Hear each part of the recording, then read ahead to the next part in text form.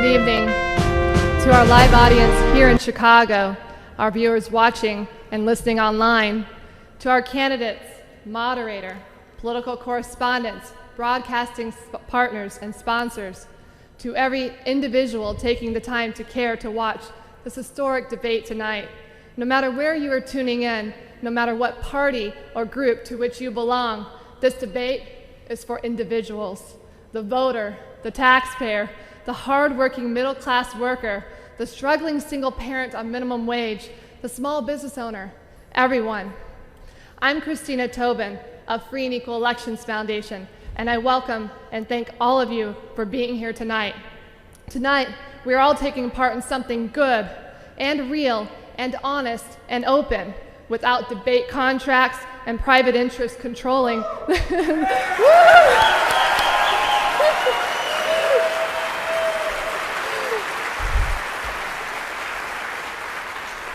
Without them controlling the questions we ask and the answers and the candidates deliver, free, open, and fair. Free and Equal works to improve the electoral system of the United States by bringing the elections back to the people where it belongs. We do this by opening the debates, improving ballot access laws, and forming nonpartisan coalitions to unite people and organizations across the political spectrum who also want free, open, and fair elections. Tonight's debate is the first of its kind, and our sponsors represent a diverse group of media, businesses, musicians, radio personalities, organizations, and individuals representing all types of political ideologies. I imagine our audience is just as diverse. Tonight, you will meet 4 presidential candidates. 2 of them lean to the left, while the other 2 lean a little more to the right, giving us a perfect balance of ideas and viewpoints on how to fix our broken nation.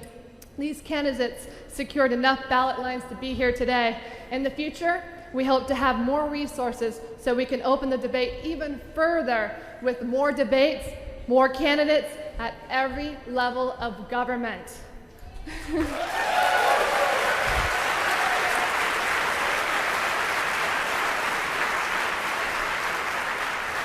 Ultimately, we, the people, are responsible for our government. If we don't pay attention, if we don't vote, if we don't protest or discuss important issues with friends, co-workers, and classmates, then we get more of the same corrupt, dysfunctional system, no matter who's in charge. But if we turn off the distractions and listen and learn and read and question more about who's really benefiting and educate ourselves on how we really got here and figure out how each of us can make a positive impact, that's the way to change a system. Knowledge sharing, truth seeking, open debates, fresh ideas, and discovering a common ground amongst each other. No matter what's your political persuasion, we are at a critical time in our nation's history. It's time to take our country back from the private interests who control our beliefs, our opinions, and our lives.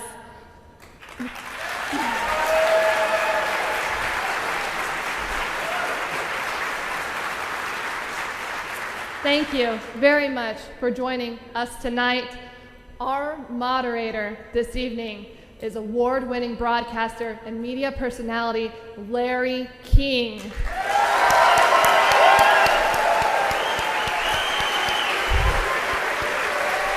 Down. His new online home is Aura TV, and he is the host of Larry King Now. Welcome, Larry. Thank you. And welcome, everybody. I'm very happy to be doing this. I think all voices should be heard. A few notes about the format for tonight's debate. It's a really easy job for me because it's a rather simple format. Each candidate will have an opportunity to make a 2-minute opening statement. The order of these statements have been randomly determined. 6 questions will be asked in all in the 90 minutes.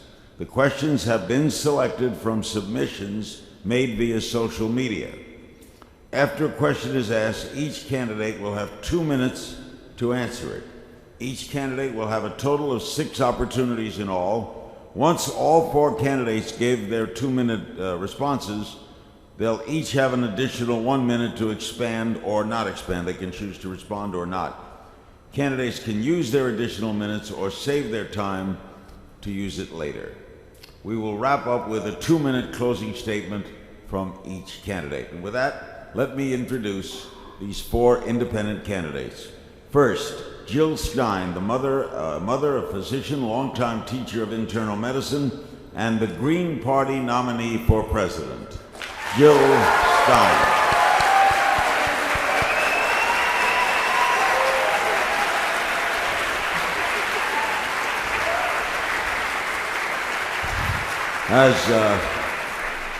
As you can already tell, we are permitting audience participation. We're in downtown Chicago, by the way, at the Hilton Hotel. Next is Rocky Anderson, the former mayor of Salt Lake City and the Justice Party nominee for president.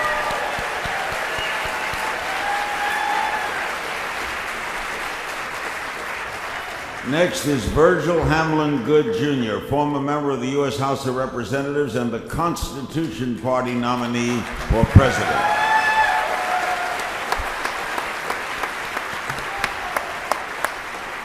And the final independent candidate is former Governor Gary Johnson, businessman, former governor of New Mexico.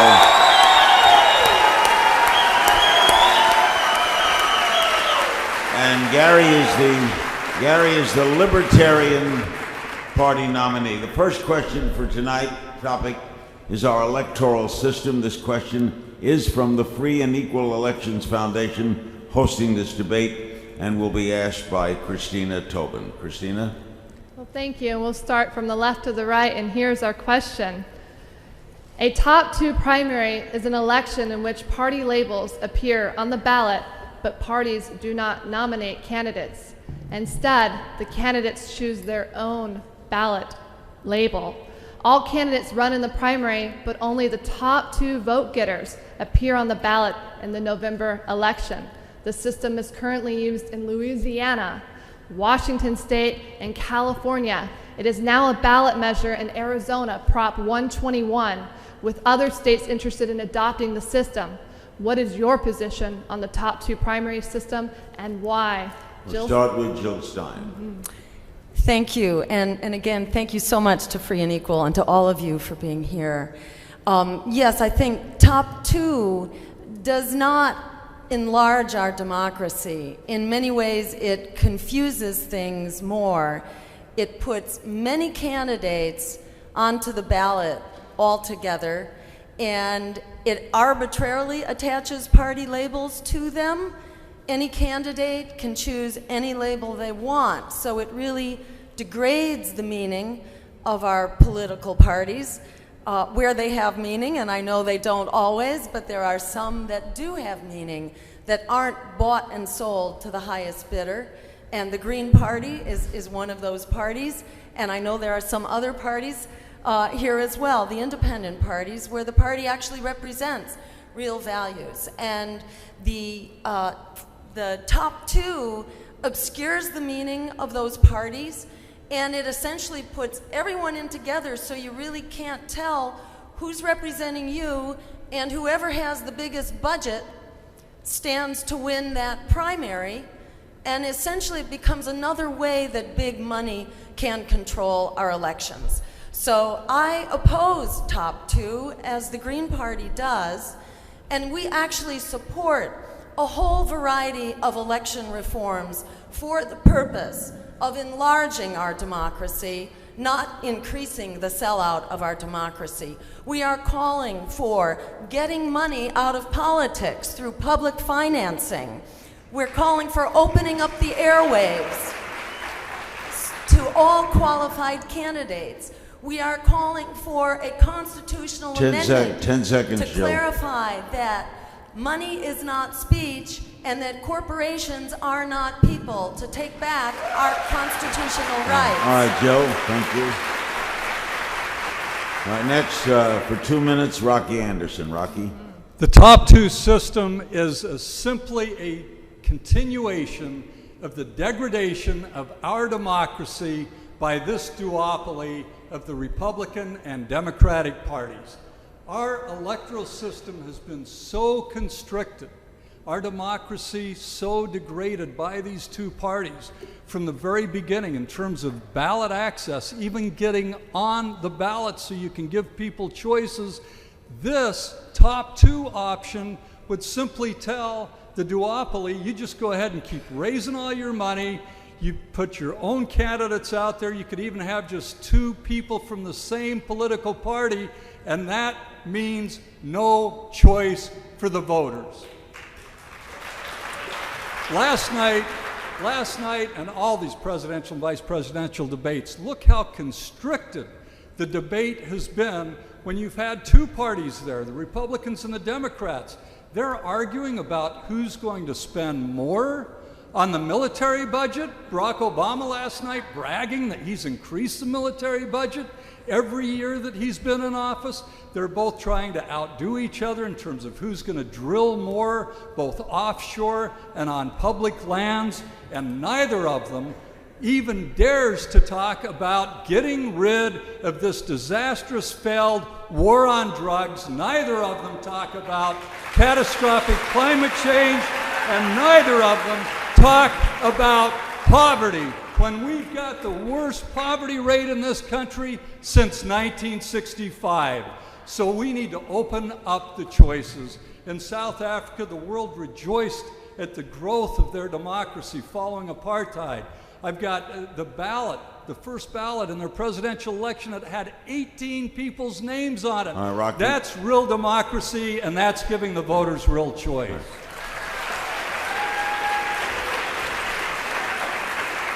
Rocky, just one quick question. When you were mayor, what party were you in? Well, I was in the Democratic Party, but it was a nonpartisan office. I was a Democratic candidate for Congress in 1996, but I've had it with the Democratic Party.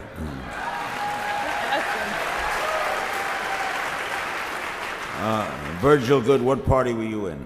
I was an independent, Democrat, Republican, and now I'm in the Constitution Party. Always conservative. Okay, your response for 2 minutes to the initial question. Thank you, Larry. First, I want to say thanks to you for being here, for lending your name and your prestige to this event, and to thank Free and Equal for their hard work in bringing a much broader vision to the American people so they will know they've got more choices than just Obama and Romney. I do not favor the top two system. I agree with Jill when she said money is not speech, and that the top two system enhances those that have the most money. However, I am not for public financing. I was not in favor of $100 million for the Democratic National Convention of taxpayer money, $100 million to the Republican National Convention of taxpayer money.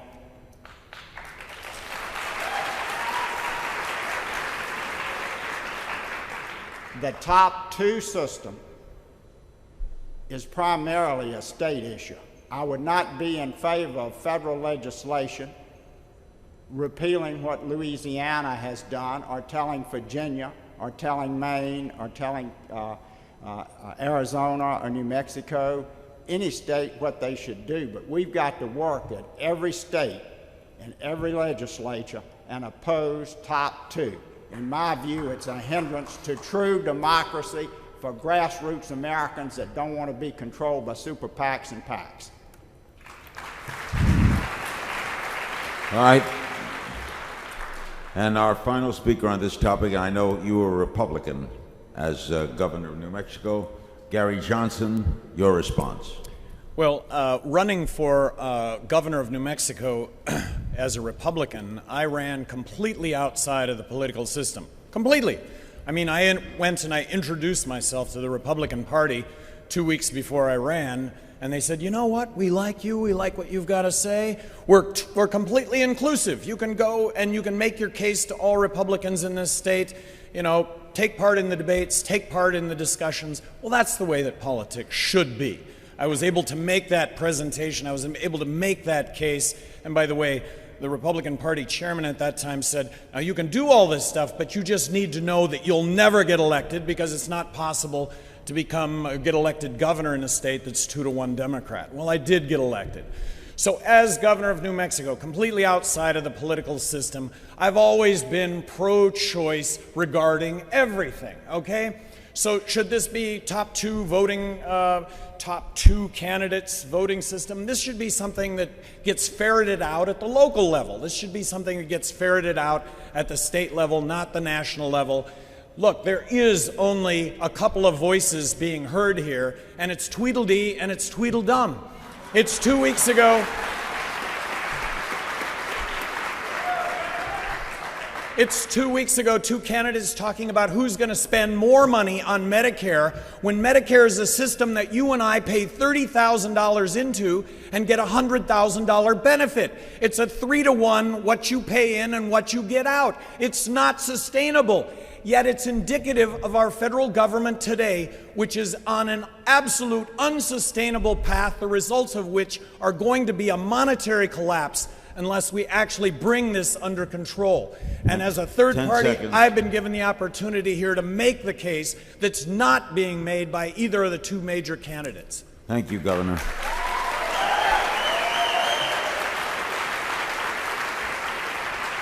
By the way, just a quick personal, a lot of people ask me why I would consent to do this. One, I like moderating, and two, I like asking questions, even though I didn't ask these questions, they were submitted. And three, I think these people deserve a lot of credit for coming forward. It's easy to sit back and watch these people stand up. They may not be counted on November 6th, but they're counting today, and they deserve to be heard.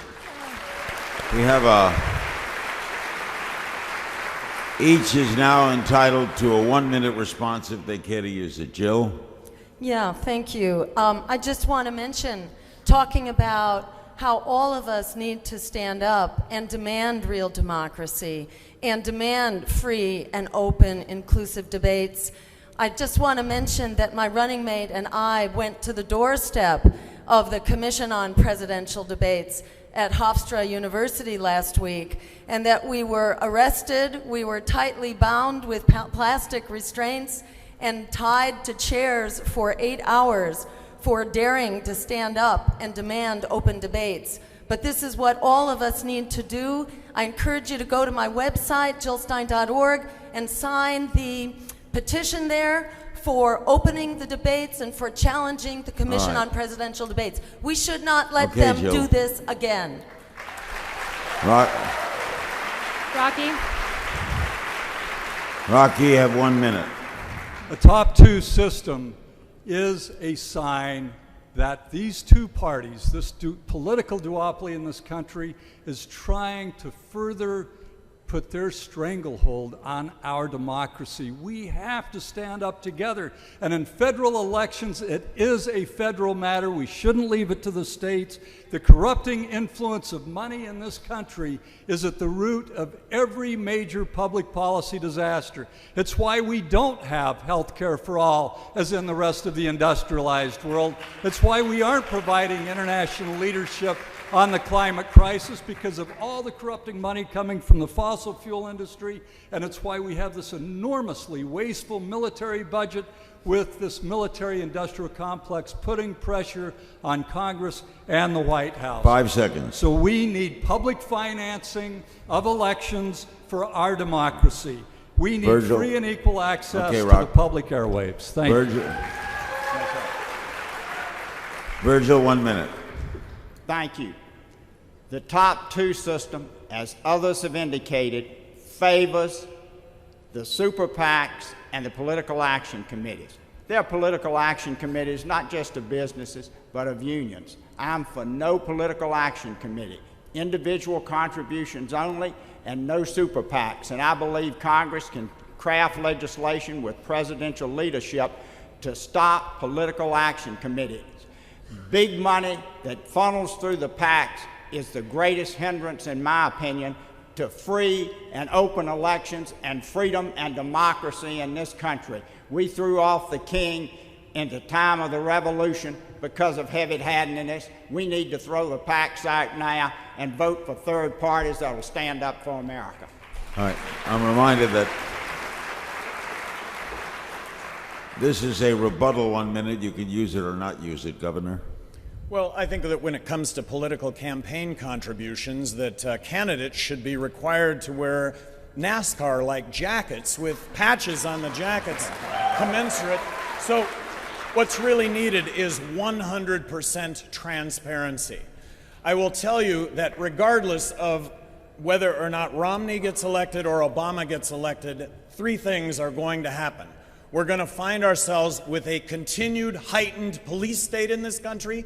We're going to find ourselves continuing to militarily intervene in the world, which has resulted in hundreds of millions of enemies to this country that wouldn't otherwise exist. There's a reason why we shouldn't be using drones. It's because we don't just take out the target, we take out a lot of innocent civilians in these countries where these drones attack.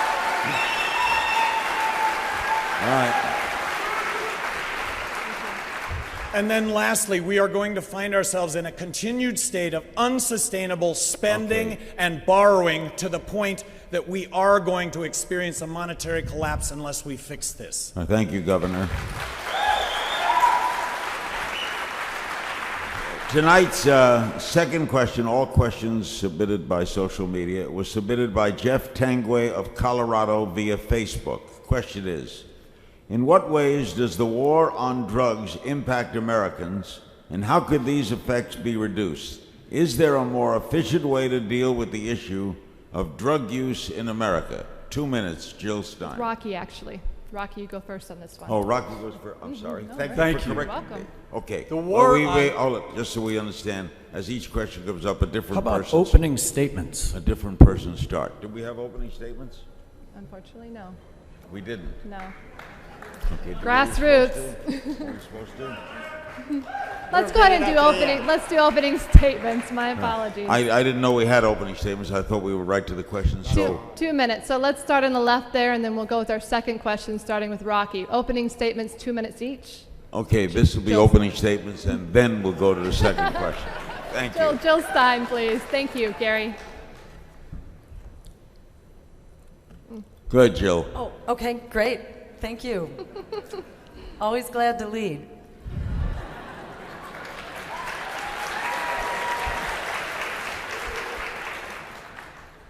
The American people are in crisis.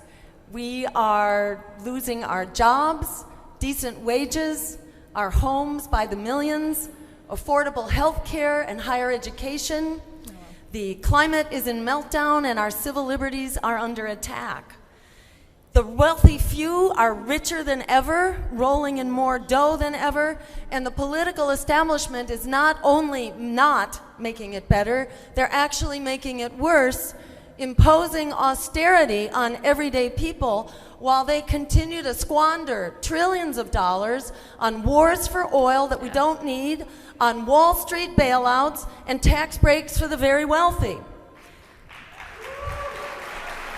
The American people are at the breaking point, and we need to turn that breaking point in this election into a tipping point to take back our democracy and the peaceful, just, green future that we deserve.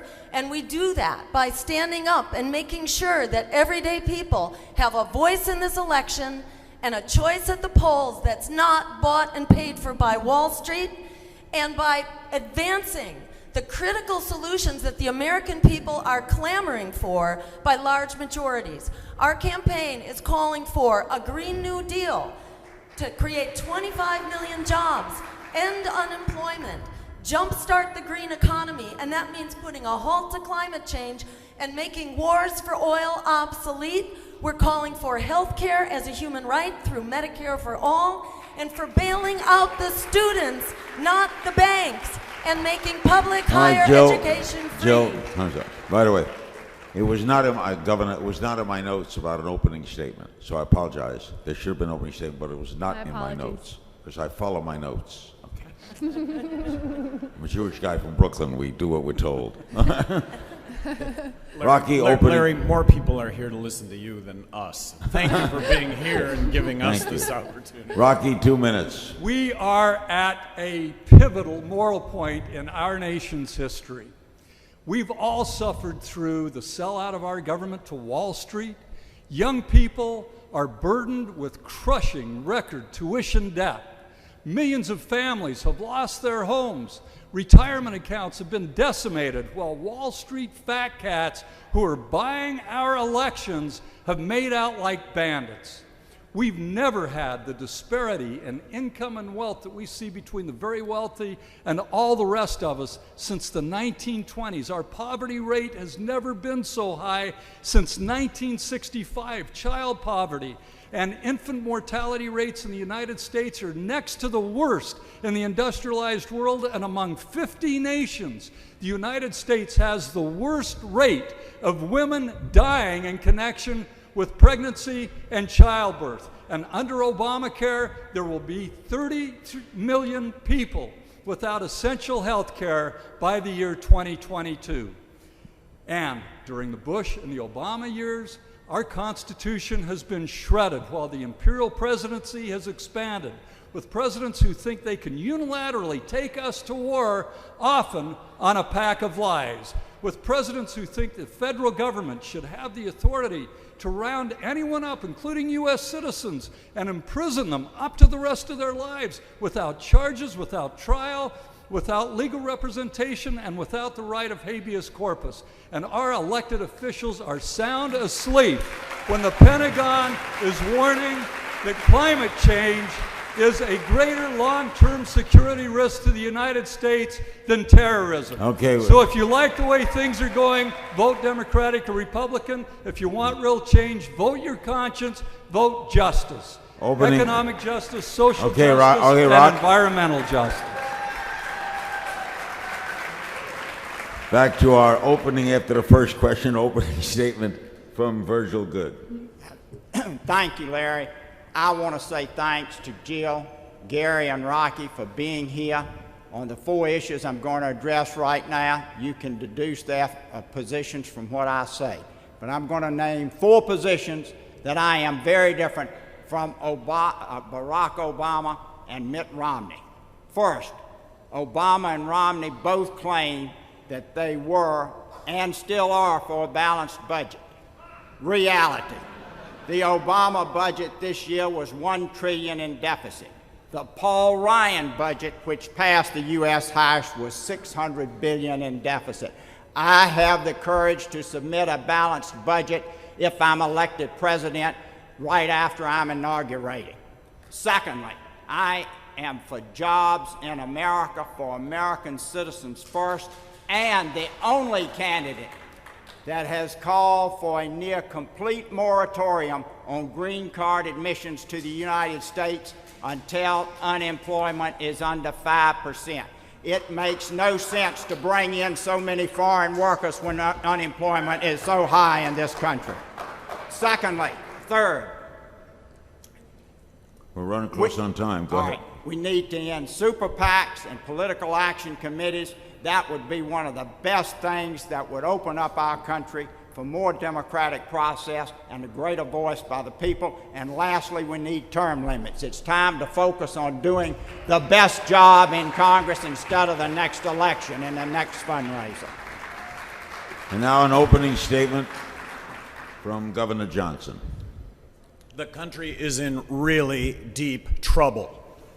We should not bomb Iran. We should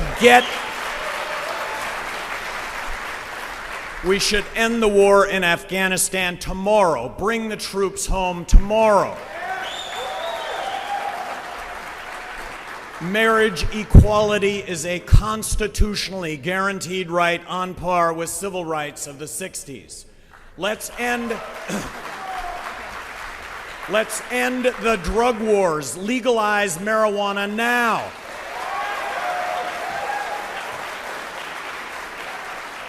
Let's repeal the Patriot Act.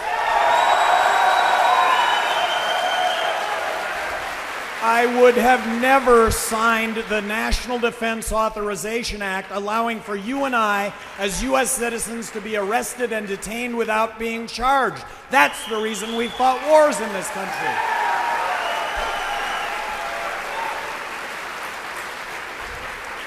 I promise to submit a balanced budget to Congress in the year 2013. That is a $1.4 trillion reduction in federal spending. If we don't do this now, we are going to find ourselves in a monetary collapse. And a monetary collapse, very simply, is when the dollars we have in our pocket don't buy a thing because of the accompanying inflation that goes along with borrowing and printing money to the tune of 43 cents out of every dollar we spend.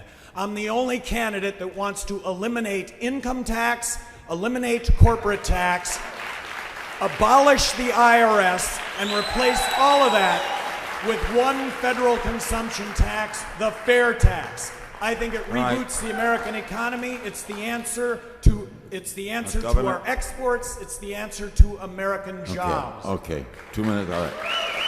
Now, thank you, Gary. We'll now get to the second question. I'll repeat it, and we'll start the go-round with Rocky. In what ways does the war on drugs impact Americans? How could the effects be reduced? Is there a more efficient way to deal with the issue of drug use in America that was submitted by Jeff Tangway via Facebook? The war on drugs has been catastrophic for our country, a waste of national treasure and unbelievable human tragedy. I remember when Bert Stringfellow came to me and told me about his son Corey, who had been sentenced on his first drug offense to 15.5 years in a federal penitentiary. Well, when I became mayor, I worked really hard with the Clinton White House, and on the day that President Clinton left the White House, he signed a presidential pardon, saving Corey Stringfellow a decade in a federal penitentiary. Weldon Angeles is sitting in a federal penitentiary today with a 55-year sentence for selling marijuana on 3 occasions because the informant said there was a gun around somewhere, not that he'd used it, that there was a gun present. So with gun enhancements, mandatory gun enhancements, and the judge who had to enter the sentence said it was an outrage, it was unjust, but 55 years. This is the kind of human toll in this country. We don't just need to legalize marijuana, we need to end drug prohibition just like we ended alcohol prohibition, and treat drug use and abuse as a public health and education issue and get it entirely out of the criminal justice system.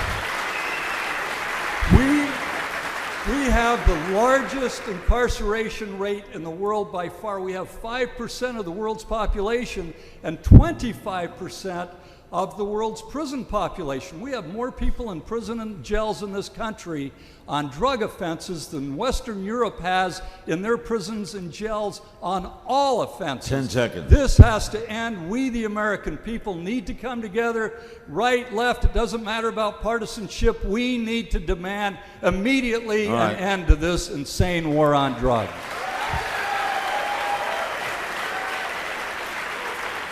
Virgil Goode. Thank you. I am an advocate of a balanced budget now, not 10 years down the road, and I would cut federal spending on the war on drugs. However, drug use is primarily a state issue, not a federal issue, but there are federal laws. I am not, and this is going to not sit well with most of you, I am not for legalizing marijuana use or other drug use. If we cut back on the war on drugs, that would be a minor part of the federal budget. About $12 billion is being spent this year out of a $3.8 trillion budget on the war on drugs. But a lot of small things. I'm not for funding Planned Parenthood. I'd take that to zero. I'm not for funding public broadcasting. We're on drugs. We're on drugs. I know, but I'm just pointing out that how small the federal war on drug money is in terms of the entire budget, but I am for reducing it because we've got to reduce nearly everything that's generally funded in order to get to a balanced budget. All right. Governor Johnson, the war on drugs. 90% of the drug problem is prohibition-related, not use-related, and that is not to discount the problems with use and abuse, but that should be the focus. So let's legalize marijuana now. And right now in this country, we are at a tipping point on this issue. 50% of Americans now support legalizing marijuana. Why is this the case? It's because we're talking about it. It's because debates and discussions are raging at dinner tables that haven't been raging at dinner tables in the past. So let's regulate it. Let's tax it. It's on the ballot in Colorado in November. Coloradans have the opportunity here really to change drug policy worldwide. Coloradans get it. Citizens of Denver 6 years ago voted to decriminalize marijuana on a campaign based on marijuana being safer than alcohol. I am not a hypocrite on this issue. I have drank alcohol, I've smoked marijuana. I don't drink alcohol, I don't smoke marijuana, but I can tell you categorically, in no category is marijuana more dangerous than alcohol. And yet,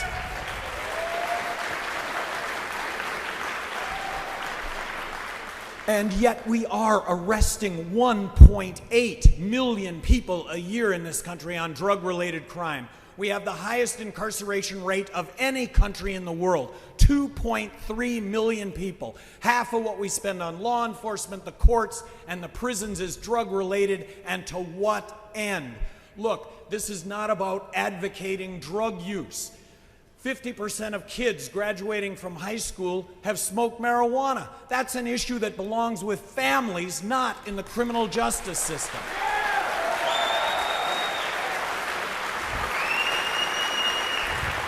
All right, thank you, Governor. That's time up. Jill, Does anybody have any rebuttals? Go ahead, Jill. I have to make my statement first, sorry. and then the rebuttals. Thank you.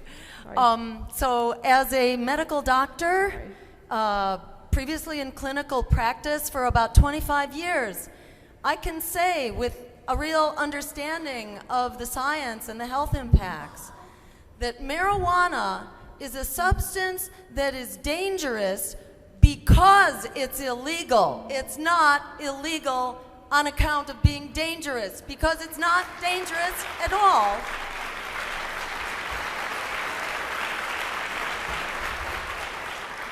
It is well understood that the health impacts of marijuana are mainly the public health and safety impacts from the illegal drug trade associated with marijuana prohibition.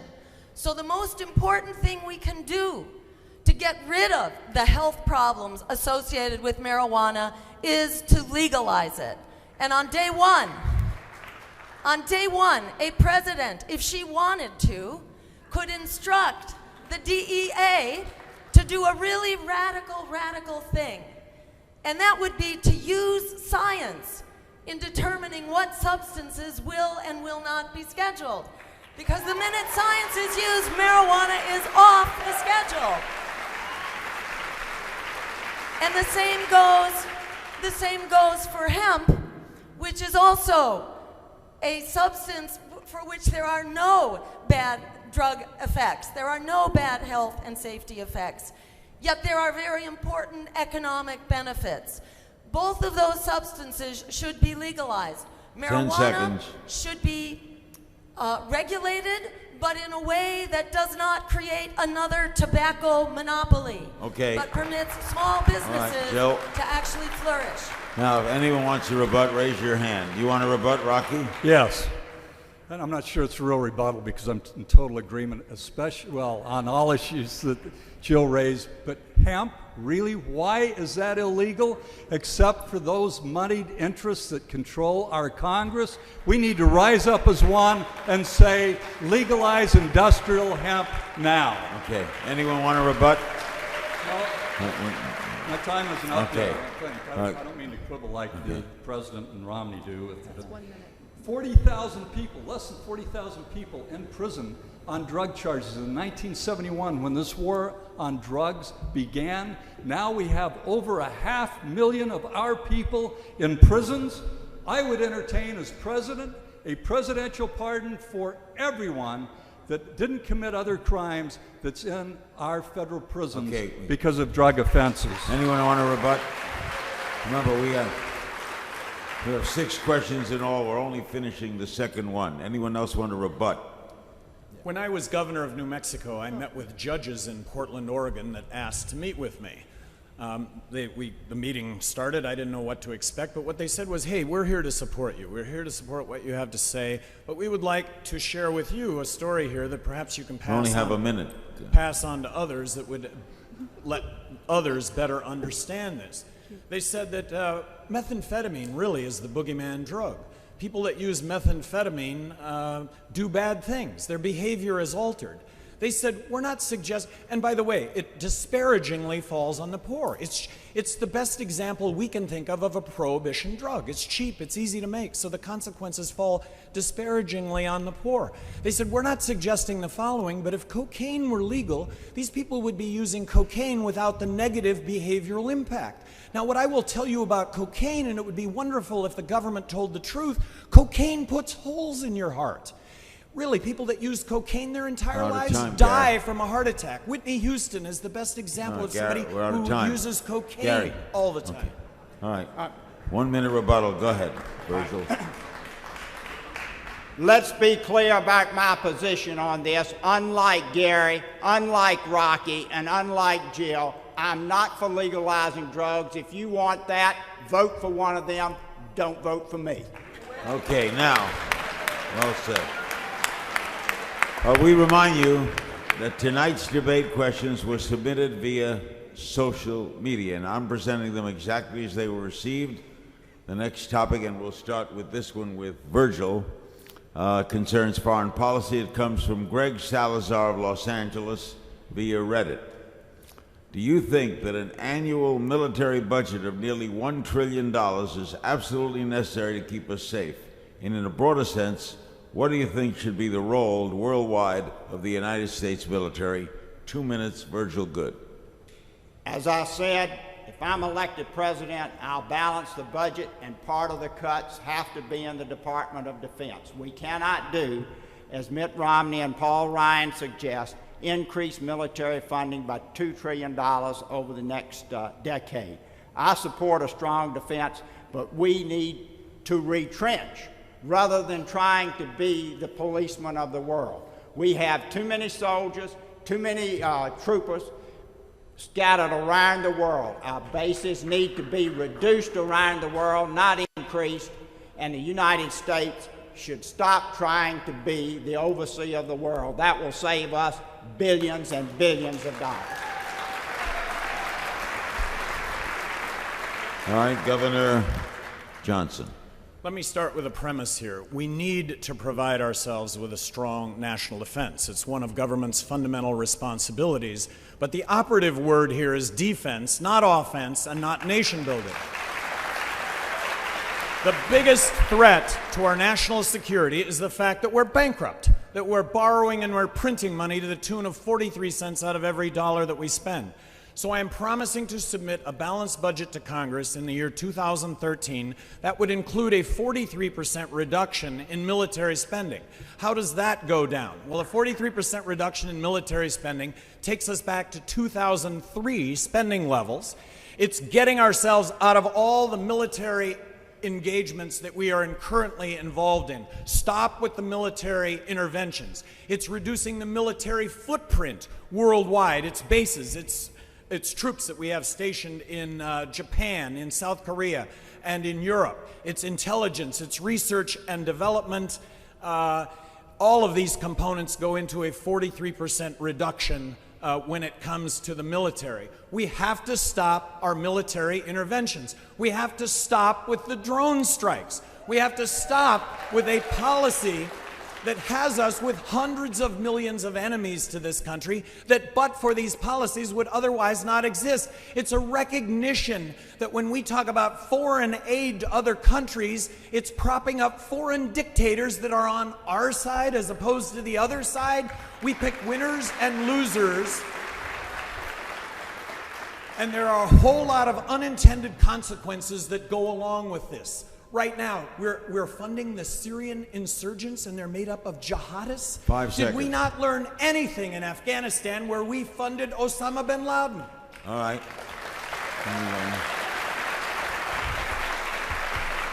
Discussing military spending, Jill. Yes, I want to agree with Gary and with Rocky, and I guess not with Virgil in this instance, to say that a foreign policy based on militarism and brute military force and wars for oil is making us less secure, not more secure. We need to cut the budget and bring the troops home. And we need to end the drone wars, not bring the drones home because they're already coming home. We need to put an end to the use of drones and actually lead, not to lead this development of a new arms race, but to lead in an international treaty and a convention to permanently ban the use of drones as a weapon of war and as a means of spying on the American public. $5 trillion spent on the Afghanistan and Iraq war, thousands of American lives, hundreds of thousands of innocent civilians. This has not made us more secure. What we're seeing, in fact, is the blowback against this policy, because dropping bombs on weddings and funerals, which is what drones do with an incredibly high civilian casualty rate, that is not a good way to win the hearts and minds of people in the Middle East. 30 seconds. We need a foreign policy based on international rights, on international law, and on human rights, and on fighting climate change, which should be the war that we are all fighting, not this war for oil. All right. And now also on the question of military spending, and then we'll have a rebuttal if anyone raises their hand and wants to. Again, we have 3 more questions coming. On military spending, Rocky. President Eisenhower, in his last presidential address, warned this country about the military-industrial complex. When he first wrote that speech, he termed it the military-industrial congressional complex, and for very good reason, because these folks vote for massive funding for completely wasteful projects, like the F-22, that the Department of Defense said we're never going to use it, it's outmoded, why would we spend billions of dollars on it? And because the contractor had other contractors or subcontractors in 44 different states, and they do that very strategically, these people, the Republicans and Democrats alike, voted for additional funding. That is treason against our country when our treasure is being wasted, when we need that treasure to go toward education, jobs, and the biggest challenge facing our planet, and that is combating climate change. We need to focus on where the real public interest is rather than where those who are benefiting from this corrupt system have their stake. Now, there are 2 fundamentals when it comes to our engagement, military engagement, and I think our leaders have completely either forgotten it or ignoring it. First, no wars of aggression. If you haven't been attacked or you're not imminently going to be attacked, to attack and occupy another country like we did Iraq is an illegal war of aggression under the Kellogg-Briand Pact, under the United Nations Charter, against the Nuremberg principles. At the Nuremberg Tribunal, we prosecuted and convicted people for those same crimes. And secondly, our Constitution requires that the decision whether to go to war is Congress's alone. They have the sole prerogative. It cannot be delegated to the President, as Congress has so cowardly done with the Gulf of Tonkin resolution and later the resolution for the use of force against Iraq. Anyone want to rebut? You want to rebut Virgil? Very briefly, Rocky is correct about following the Constitution. I would not be in Syria unless Congress makes a declaration of war. We will not stay in Afghanistan if I'm elected president unless Congress makes a declaration of war. Only by going through that constitutional process can we ensure that the will of the American people is addressed when we have issues like Syria, Afghanistan, and Iran. Is there any, now this has to be rebuttal. If you want to rebut something, Gary? Well, okay. Please. It's a rebuttal question. I was opposed to going into Iraq before we went into Iraq. I did not think there were weapons of mass destruction, and I said in 2003, if there are weapons of mass destruction, we have the military surveillance capability to see that happen, and if that happens, we have all sorts of options. But if we go into Iraq, we're going to find ourselves in a civil war to which there would be no end. Afghanistan, I thought initially that that was totally warranted. We were attacked, we attacked back, but I would argue that after having been in Afghanistan for 6 months, we wiped out al-Qaeda. That was 11 years ago. We should have gotten out of Afghanistan 11 years ago. So here we are now on Iran. The largest demonstration in the world in support of the United States after 9/11 was in Iran by over 1 million citizens that showed up in support of the United States. And we're going to bomb Iran, we're going to bomb the citizens of Iran, we're going to find ourselves with another 100 million enemies to this country that we wouldn't otherwise have.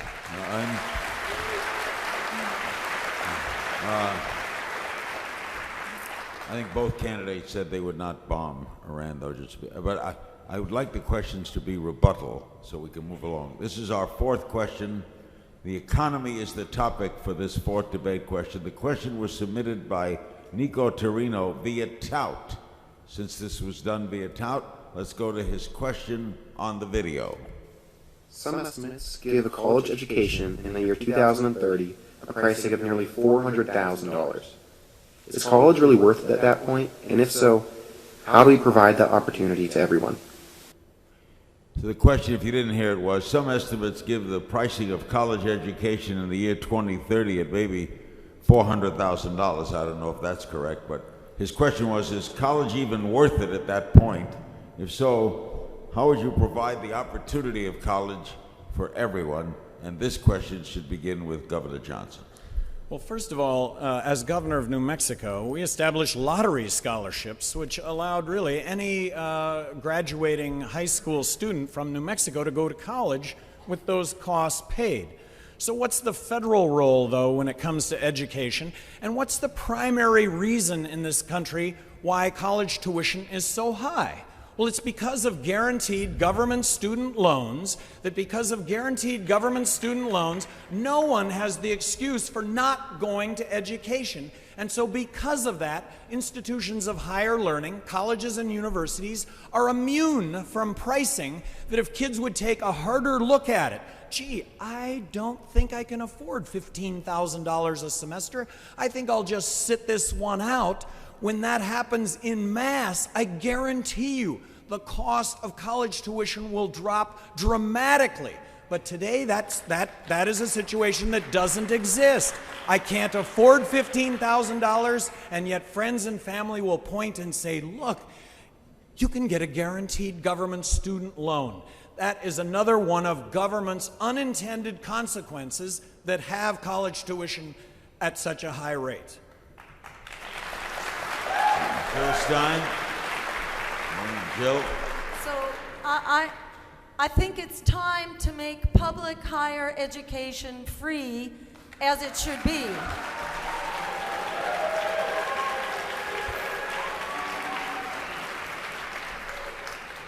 We've done this before. When our troops came home from the Second World War, we provided free higher education through the GI Bill. And we know that it pays for itself. For every dollar that we invested as taxpayers, $7 was returned in benefits to the economy, including more than enough revenue to cover the full cost of those tuition payments. This is something throughout the 20th century. Throughout the 20th century, we provided a high school education for free to our younger generation. Why? Because it was essential for economic security. And we owe it to our younger generation to give them a secure start into their economic lives. But in the 21st century, a high school degree won't cut it. You need a college degree in order to have economic security. So it's only right that we should now be providing that for free. And while we're at it, it's time to Instead of bail out Wall Street for the fourth time, which is what the Fed is doing right now with QE3, $40 billion a month to bail out Wall Street banks again, instead, let's bail out the students and do something really useful with that bailout. Okay, time's up. On the question of college, Rocky. Well, thank you. Our forebears had the wisdom to set up a system where everyone in this country would have a free secondary education. And that may have been enough then, but for our nation to regain its global competitive edge, we must provide higher education, either a college education or a technical education, but it's for the future of our country and to meet the ideal in this nation of equality of opportunity, that we should provide a free and equal educational opportunity in colleges, in technical schools, and do the right thing for the future of our country and for our young people. This is not a radical idea. It's done in many parts of the world, and it pays off huge dividends. As to those students who are saddled with this enormous tuition debt now, it's reached over $1 trillion, more than the entire credit card debt in this country. And what did Congress do for their fat cat contributors? They made student debt non-dischargeable in bankruptcy. So you can go charge a Maserati on your credit card and write that off in bankruptcy, but somebody that went out and did what they could to get a decent education can't get a new start. So we need to demand of Congress, allow the dischargeability and bankruptcy of student debt now. Thank you. Virgil Goode on college. You might not get what you want to hear from me, but you're going to get straight talk. We can't afford more federally subsidized student loans, and we can't afford more Pell Grants. I wish I could stand here and tell you, yes, we can give you more. No one's going to have to pay for it. Our debt of $16 trillion is bearing down on us, and as Governor Johnson said, we could well be like Germany after World War I. I do not support, and the person that asked the question on the internet is not going to like it, but we can't afford more Pell Grants and more federally subsidized student loans, certainly not at this time. We've got to balance the budget and decline the debt. All right, now, anybody have a rebuttal? Rebuttal, Governor. Free comes with a cost. Free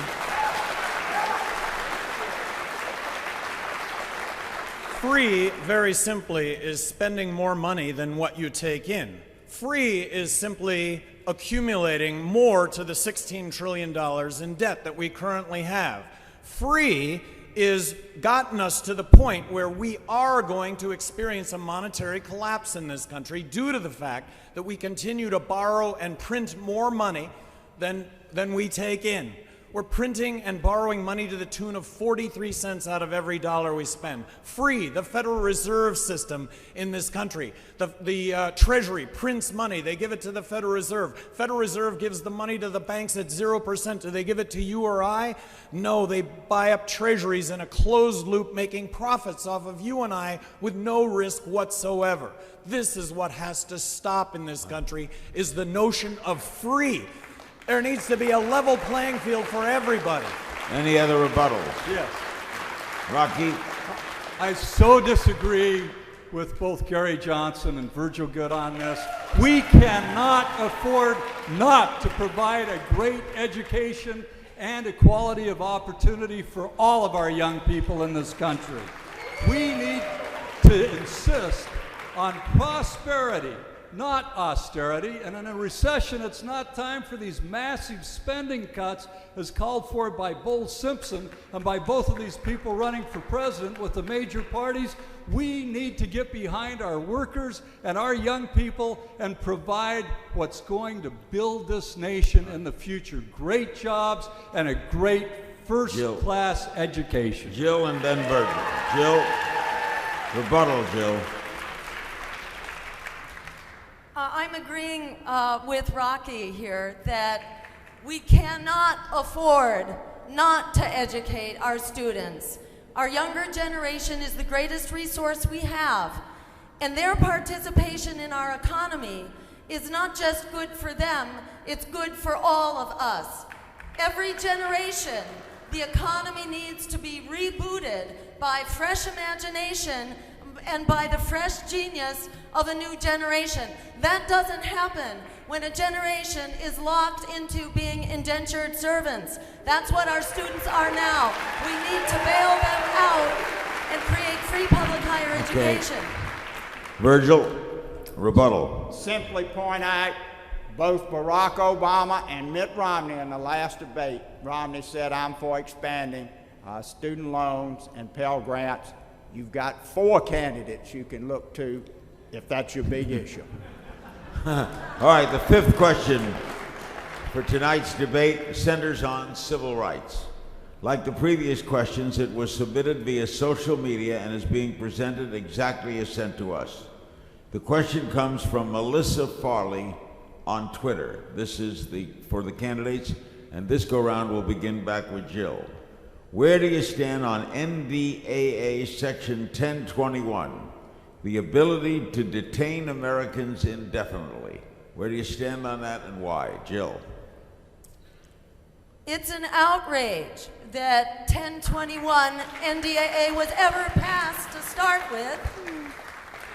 It's an incredible betrayal of our civil liberties that the president has assumed dictatorial rights to put us in prison at his pleasure without charge or without trial. This is unallowable and is a basic offense against the very foundation of American liberty, and it should be repealed.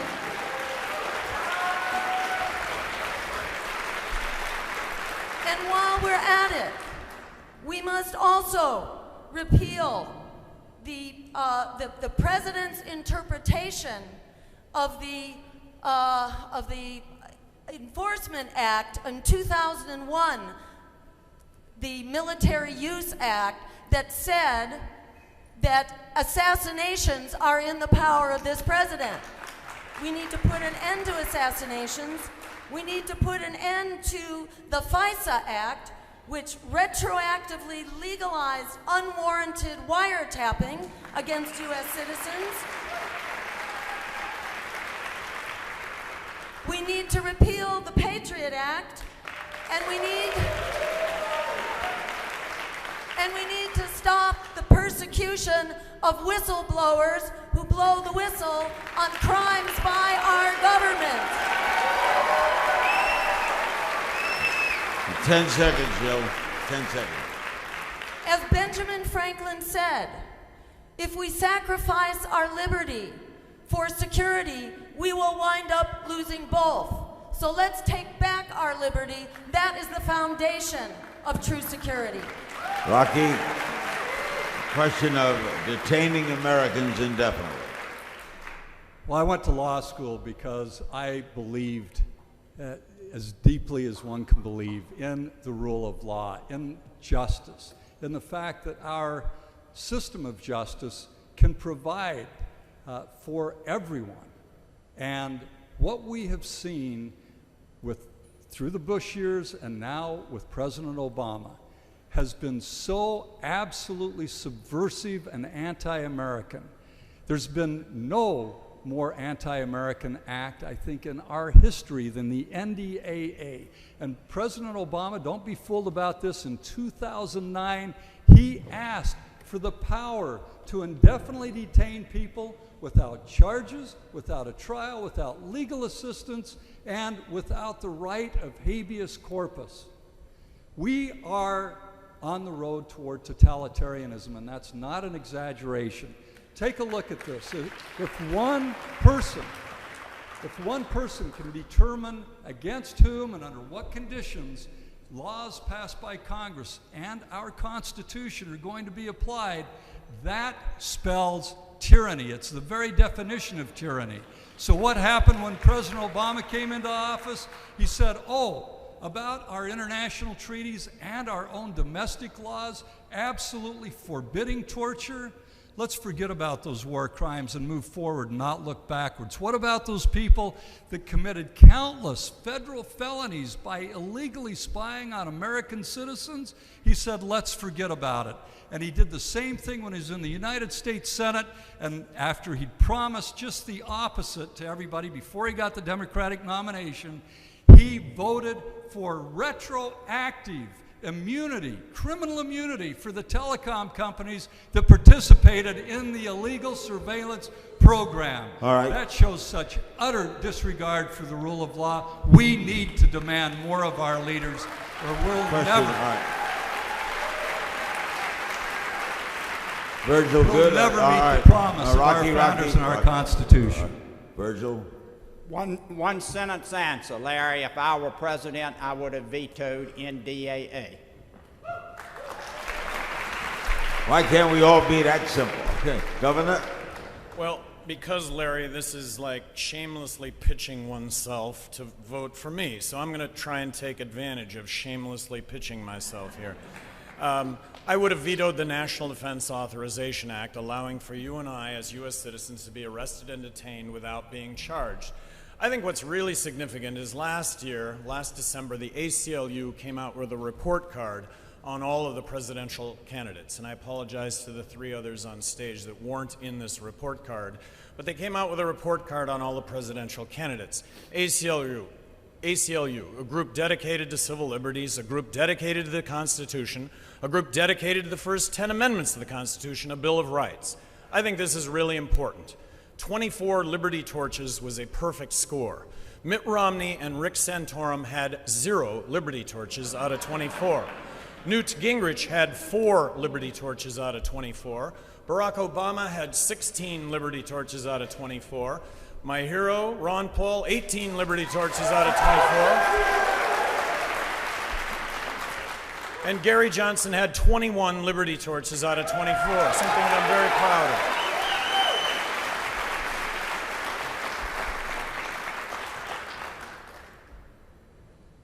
Okay, anybody rebuttal? I guess we all agree on that. All right, we go to question number 6. We will, by the way, have discussion on this, and we'll have 2-minute closing comments as well. To begin this round, we'll start with Rocky. The 6th and final debate question was selected by my editorial team from the many questions submitted to us via social media. In a post to Facebook, Russ Haight asked the presidential candidates this. You have to think about this, and we start with Rocky. If you had the opportunity to write one constitutional amendment with an absolute guarantee it would be approved by Congress, and then following that 3/4 of the state legislatures, what would you amend? I've already written it. Please take a look at our website, voterocky.org. It's the new Equal Rights Amendment promising that equal rights under the law will never be abridged on account of gender or sexual orientation. It's time that we have federal protection for members of our GLBT community and absolutely prohibit any discrimination on account of gender. That amendment, without the sexual orientation provision, failed by not getting the approval of only 3 states in this country. It's high time we revive it, add sexual orientation and gender identification, and make that statement as a nation that we'll never allow discrimination on those grounds again.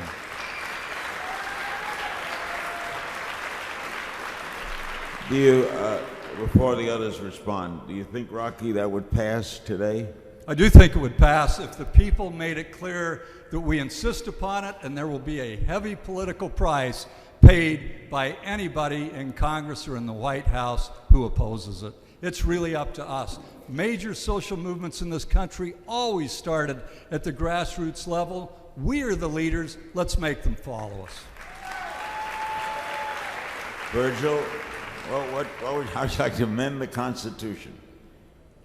Term limits. If we don't, If we don't adopt term limits, you are going to continue to have a Congress that is always worried about the next election instead of what's best for the country. And let me say this, if we could get it through Congress, and you might have to grandfather all the members of Congress there right now, which I wouldn't want to do, but you might have to. I'm for term limits between 6 years and 12 years. I don't care what it is, whether it's 6, 8, 10, or 12. It would enhance Washington so much because I was there 12 years. It's a constant worry about the next election. Where's the next fundraiser going to be? Who are the PACs going to be there giving me money so I'll be able to outspend my opponents? You watch the Chicago television. It is constant advertising, and the PACs are the biggest contributors to that for congressional elections. I will tell you this, if we could get it through the House and the Senate, it would go like a knife through hot butter of the state legislatures. Term limits now. Are they, as a follow-up, Virgil, you think they'd vote themselves out of office? No, that's why I said you would probably have grandfather those now. I think you could get it through if you would grandfather now, or at least let it start by giving them, if it was a 12-year, give them 12 more years, and that would get it through. Governor, what's your constitutional amendment? Term limits. The root of all evil are politicians that beat their chests, and in the name of electing me or re-electing me, we're going to end the war on terror, we're going to take care of the illegal immigrant, we're going to take care of health care, we're going to have free education for everybody, we're going to end the drug wars. You name it, elect me, re-elect me, I'm going to save the world. And Congress gets elected. We need to balance, I hear congressional ads running all the time. We need to balance the federal budget. The next ad that runs is, here's the bacon that I've brought home to my state, amounting to billions of dollars, and if you want the bacon to continue to be brought home, vote for me. I think I'm living proof that term limits work. Look, I really enjoyed being governor of New Mexico. I really enjoyed it, but I knew that I was term limited. I had 8 years. Did I push the envelope as much as I might have pushed it if I'd had 4 years as opposed to 8 years? I don't think I did. I think I pushed the envelope just far enough to get reelected, and I got reelected in a state that was 2-to-1 Democrat, but I got reelected, and then it was, man, this is all about doing the right thing. I do not want to leave office thinking coulda, shoulda, woulda. So term limits, in my opinion, really is the silver bullet. Politicians would get elected and do the right thing as opposed to whatever it takes to get elected and reelected.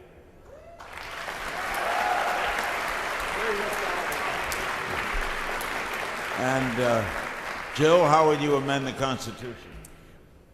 My concern is that even with term limits, unfortunately, corporations and big money can still buy what they want and are still buying our candidates because they get them into office anyhow, whether it's for 4 years or 8 years.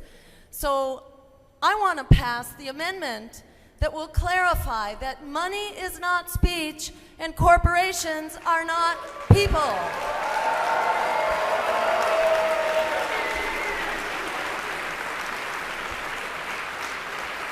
Because in stealing our rights of personhood, corporations have done exactly that. They have gotten the rights of personhood and have basically taken away our rights of personhood. So corporations can fight and stop and block the laws that we need to protect our air and our water and our climate and worker safety and public health and campaign finance. These are not constitutional issues that belong to corporations. These are political questions that should be decided by communities through the political and legislative process. We should not be precluded from forming the laws that we decide we need because corporations say that our forming such laws and protecting ourselves is against the Constitution. That is a violation of what the writers of the Constitution intended. And I will support that amendment to clarify, to get our constitutional rights back from the corporations that have seized them.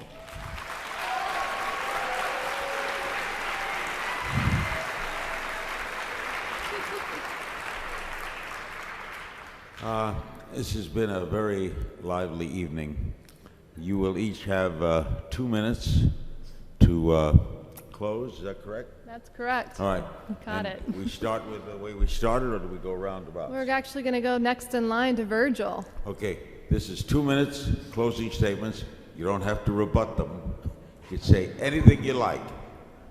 Again, thanks to Free and Equal, thanks to Larry King, thanks to Gary, Rocky, and Jill. Open up the process, give broader views to Americans, and we will have a better and greater country. 4 things that we've got to do right away. I repeat, balanced budget now, not 10 years down the road like Obama and Romney are talking about. Jobs in America for American citizens first.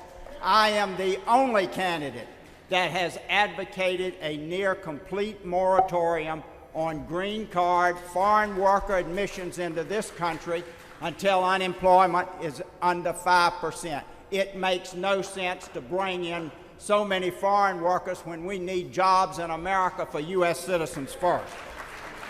Thirdly, I agree with Jill on super PACs and PACs and defining speech, but I don't think you need I think it can be done with legislation with enough whereases and a sense of the House and a sense of the Senate in it. I want to see political action committees eliminated, individual donations only, full transparency, and we need to end the super PACs that are totally just about controlling federal elections. It's time for a grassroots candidate like Virgil Goode to be president, and he'll work for term limits too.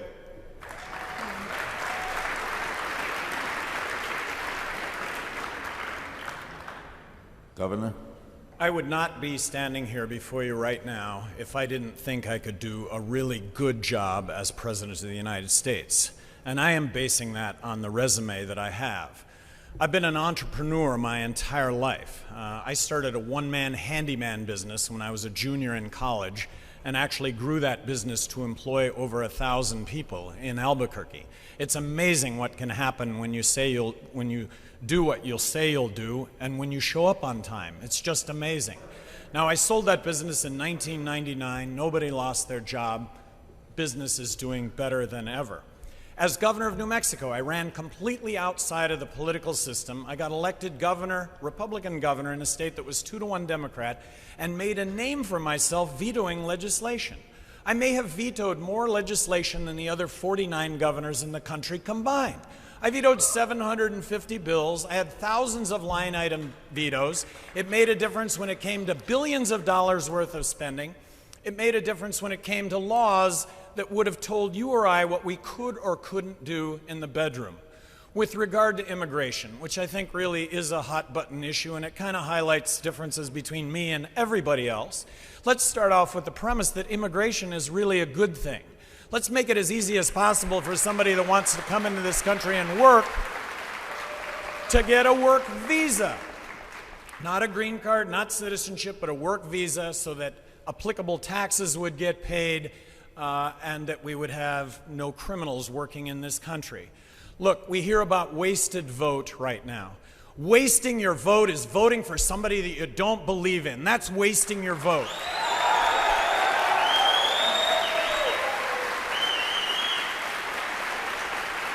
I'm asking everybody here, I'm asking everybody watching this nationwide to waste your vote on me. Vote for me, Gary Johnson, and you know what happens? I'm the next president of the United States, and I guarantee you, nobody will regret that. You'll find somebody with no quit. You'll find somebody that'll wake up every single day and take on the debates and the discussions that need to be happening in this country and aren't happening today because of a lack of leadership. Thank you, Governor.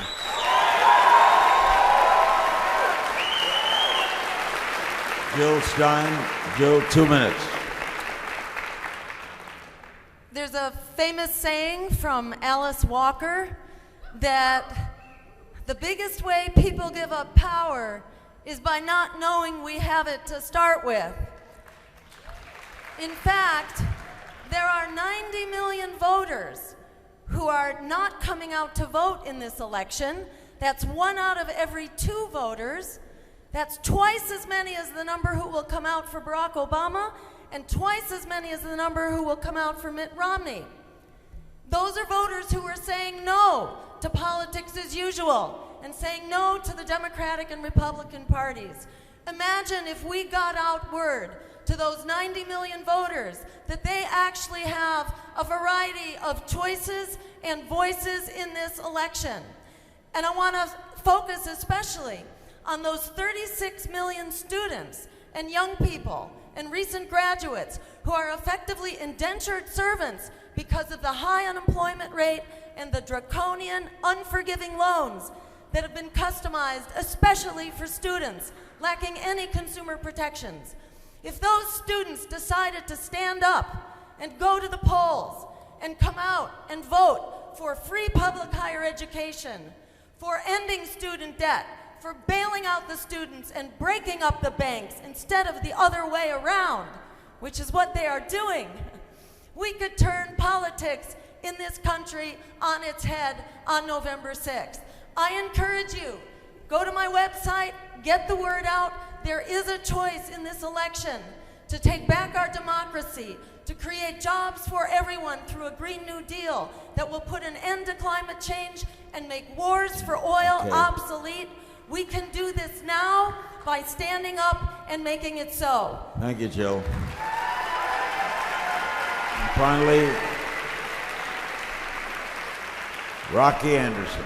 Imagine if there had been a candidate included in the Obama-Romney debates to challenge our plutocracy, our government that is run by and for the benefit of monstrous corporations rather than in the interest of the people of this country.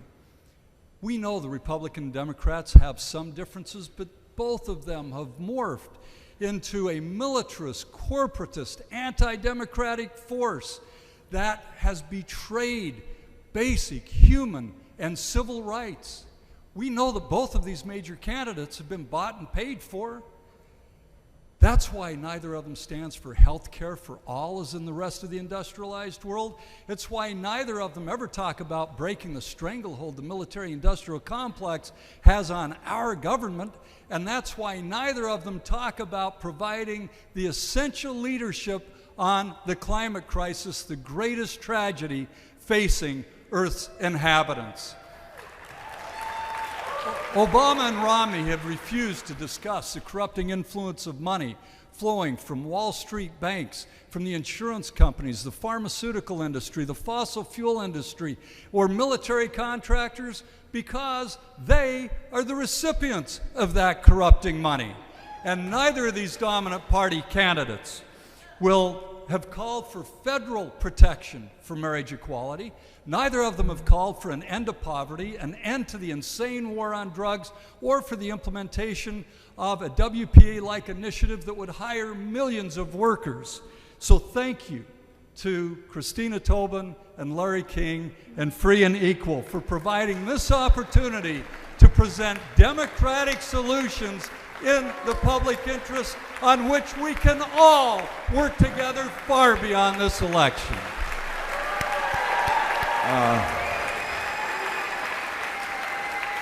First of all, as a moderator and a host for 55 years, I've always believed in free speech and the right of people to throw their hat into the ring and for the right of people to be heard. Going back to years ago when I introduced Ross Perot to the public and got to hear his thoughts, and John Anderson before that in Illinois, and Ralph Nader and the others who have come forward to go to the battle. You're kind of Don Quixotes in a way, but the windmills have a way of stopping, and we have a way of saluting you just for getting into the fray. So I thank you for your efforts and all you've done. I also want to salute Christina and what she does. How did Thank you. Christina's gonna wind things up, but How did Free and Equal start? Well, it came from my dad. You may recall him, Jim Tobin. He ran for governor here back in 1998.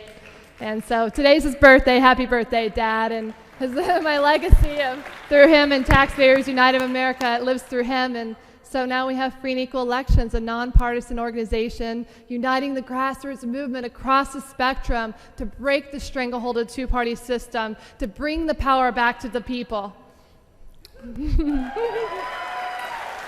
I know Christina has some closing remarks. I want to thank Gary Johnson, Jill Stein, Rocky Anderson, and Virgil Goode for participating in this. It was my pleasure to be here, and I thank you all very much, and thanks to the audience as well.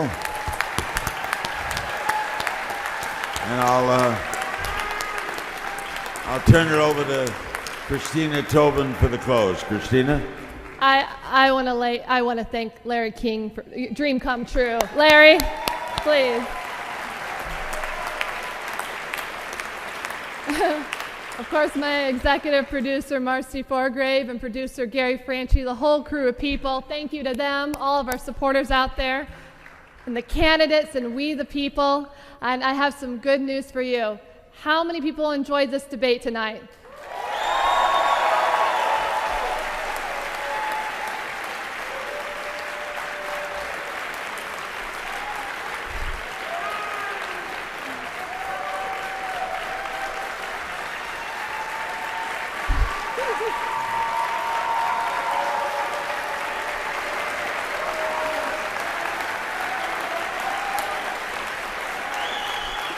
How?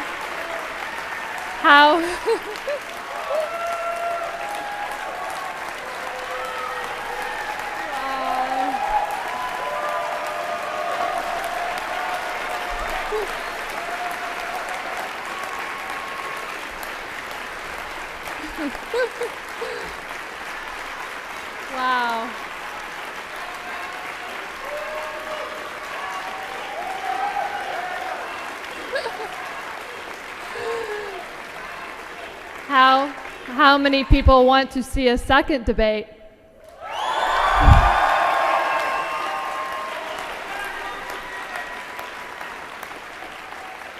Well, here at Free and Equal, we're a nonpartisan organization. All the donations go through great things like this and big things we're doing after the election. But we are holding a debate next Tuesday in Washington, D.C., 9 p.m. Eastern Time.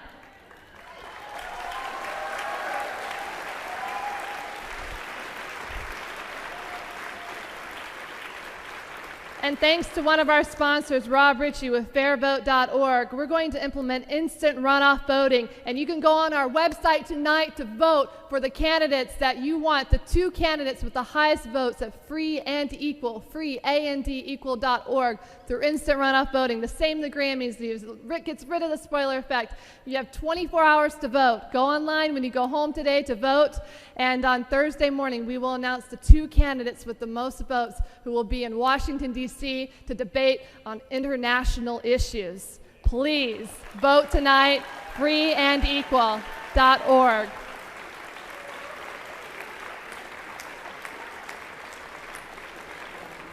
So thank you, Larry. Thank you all very much. Great pleasure being with you. Always love coming to Chicago. Thanks very much. We the people. We the people. Good night, everybody.